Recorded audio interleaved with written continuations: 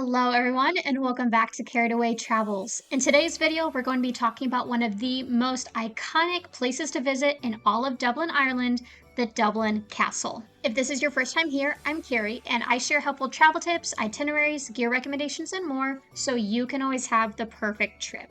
In today's video, I just want to give you some practical, behind the scenes information about what a trip to the Dublin Castle actually looks like so you can decide whether or not it's the right fit for your trip. Me personally, I'm an absolute sucker for castles, so this was a no-brainer, but you may have different tastes than I do. So my goal today is to help you decide whether or not to add it to your itinerary. I want to give you a good look at what a self-guided and guided tour look like, prices, time frame, and all the other helpful information you're going to need.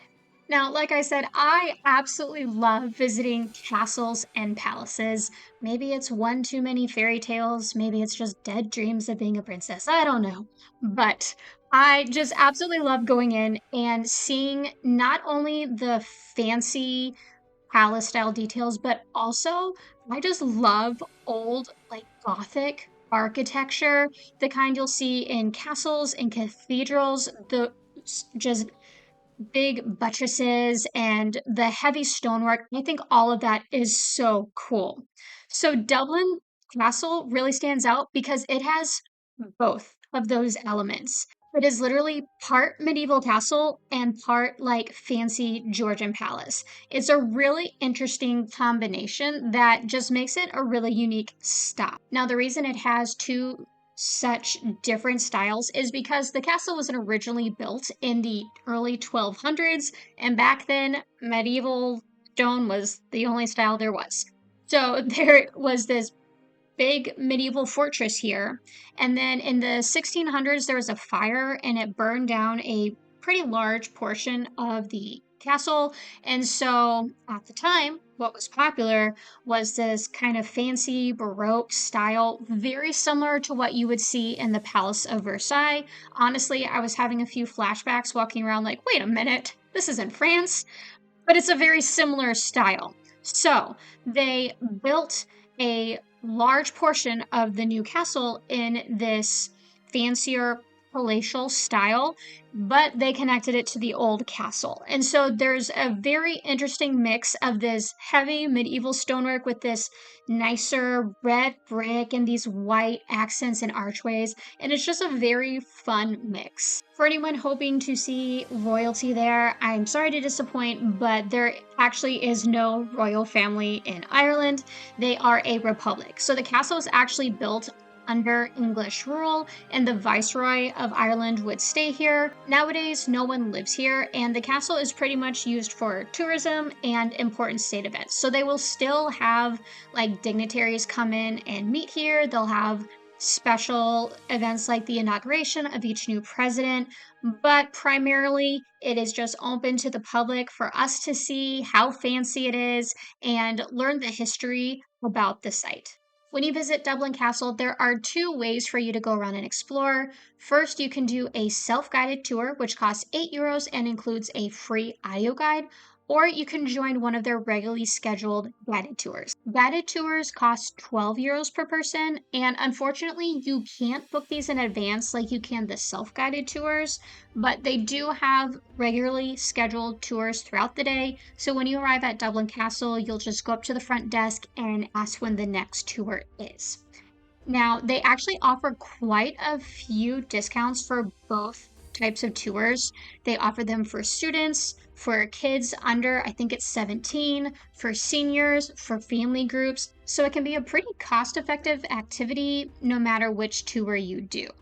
Now, the main difference between the self-guided tour and the guided tour, besides the fact that one has a person leading you, is that the self-guided tour only gives you access to the state apartments and then the area outside the castle.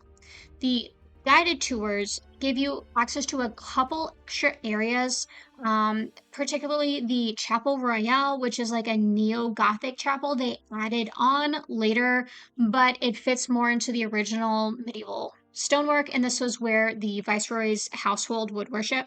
There's also a Viking excavation site under some part of the castle, which you can go visit, but only with a guide. We ended up just visiting the state apartments since we got the self-guided tour. And I will say I would have loved to visit the Chapel Royale just because I would have loved to see how grand that was on the inside. There are some pictures on the website, and it's like, man, that looks beautiful. However, we really did enjoy our self-guided tour, particularly because it just gave us the freedom to move as we wanted to through each room. We took a lot of pictures. We browsed through the art gallery that they had in there. And so there is a certain amount of flexibility you're not going to get with a guided tour. On the website, it says the self-guided only takes about 30 minutes, but I will say we took much closer to 45 plus the time we spent outside. A guided tour is supposed to take about an hour. So if you do self-guided, you do have the freedom to keep things moving a little bit more or take your time, but you're not going to get quite as much information or that additional access. Regardless of which tour you end up picking, the main highlight is going to be these grand state apartments. So I want to give you just a quick walkthrough of these, show some of the highlights and things you can expect to see to give you a better idea of what your tour might look like. Altogether, there are 11 main areas to explore in the state apartments, and each one is unique, but they're all tied together in that same fancy palatial style.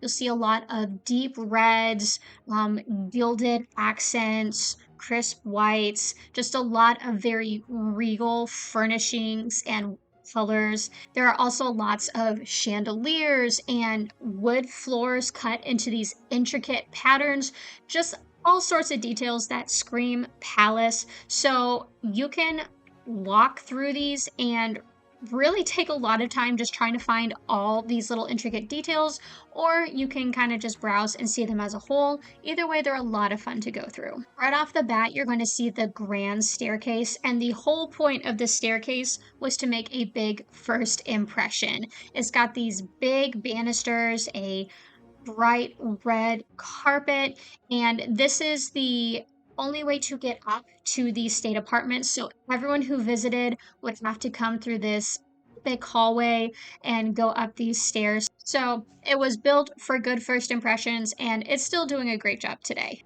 Another area I particularly liked was the state corridor. This is literally just a super fancy hallway, but I loved it. It had these really cool archways. It was this white and kind of cream color, and there were just gold accents everywhere. Like the whole ceiling was just fancy with all this gold, and it was just a super cool hallway. We spent a little bit of time here doing some photo shoots just because we loved how it looked, but this was also definitely built to impress. And so this connects a bunch of these different rooms together. However, your tour is actually going to kind of take you around this hallway, so you'll go in and out of it a couple times. Next up is the state drawing room, and this is the room that actually reminded me the most of France. It has this bright red color on the walls and these matching upholstered seating areas. They're really fancy, and this is where the viceroy's wives would greet dignitaries and such. So this was a fancy room meant to impress. It also has a very beautiful view of the courtyard. There are lots of windows in here, lots of natural light. And so this is one that really shows off that older fancy style of architecture. So I really liked this one. And of course, we can't forget the throne room. Like any good castle, this has an actual throne room, which is also very fancy. There's a lot of mirrors, a lot of gilded accents on the ceiling. There are like fake pillars covered in gold. There is a throne that's under this little gold awning. Like it's very, very fancy. This is one of the main rooms that's currently used for government events, but it actually has been used by, I believe, 2 kings and a queen when they visited Ireland. The last of the state apartments that I want to highlight is St. Patrick's Hall. This was the ballroom of the castle, and it is just this beautiful, grand room. It has a painted ceiling. It's got these beautiful blue walls, and it has flags hanging all around the walls that are from the Knights of St. Patrick. So it's just a very beautiful room. You can definitely picture some awesome balls happening there back in the day. And this is the final impression you're going to get of the state apartments on your tour. But before you officially wrap up your Dublin Castle tour, you need to go outside, especially if you didn't take the guided tour. This is going to be your best chance to see some of that epic medieval architecture. When you're done with the state apartments, just exit through the main doors and go right around the side of the castle. And this is going to give you a great view of the medieval tower and the exterior of the Chapel Royale. The medieval tower is actually the oldest standing part of not just Dublin Castle, but Dublin. Like this tower dates all the way back. Now it has had some renovations over the years, but it's still got this great, just Gothic medieval style. So that's really cool. You actually get a great view of this tower from the gardens. But as you're walking around the side, you'll also see the outside of the Chapel Royale, and it is just a very imposing building, very cathedral-like as far as the entrance. So both of those are just great to stop and take in a little bit. We took some fun pictures there before we headed over to the gardens. Apparently, the gardens are actually a very popular spot for people just to come gather, whether or not they're visiting the main castle. And these date back to the 17th century. They are very pretty. There are a number of separate gardens in the area here.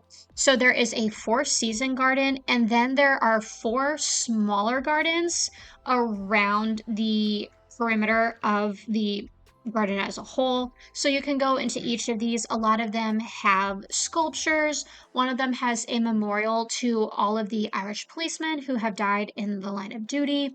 And then in the center of everything, there's this big green space, and it has these carvings in it, like it's cut a certain way, and they're supposedly inspired by sea serpents, which kind of gives a nod back to the Viking heritage. We visited these gardens in October, so I don't know how they necessarily compare to maybe in spring, but they were still really pretty. Just the way they had everything sectioned off and the different colors. We really enjoyed just strolling through these and taking in all the different flowers and colors. And then it's just so cool with the medieval castle backdrop. Like from these gardens, you get such a good view of the medieval tower, and it just sets such a perfect scene here to really feel like you kind of stepped back in time, and it was just so peaceful. That pretty much wraps up what a tour is going to look like. So let me finish up this video with just some practical information to help you plan your visit.